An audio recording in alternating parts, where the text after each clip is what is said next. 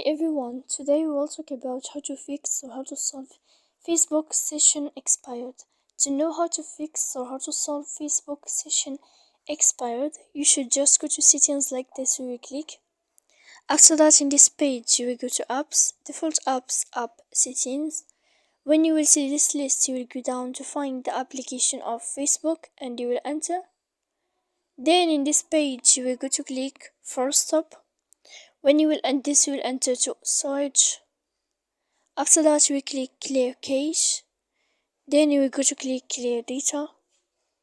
And when you will end all this stuff here, as you see, you can update your application. So please don't forget to support us by like and subscribe.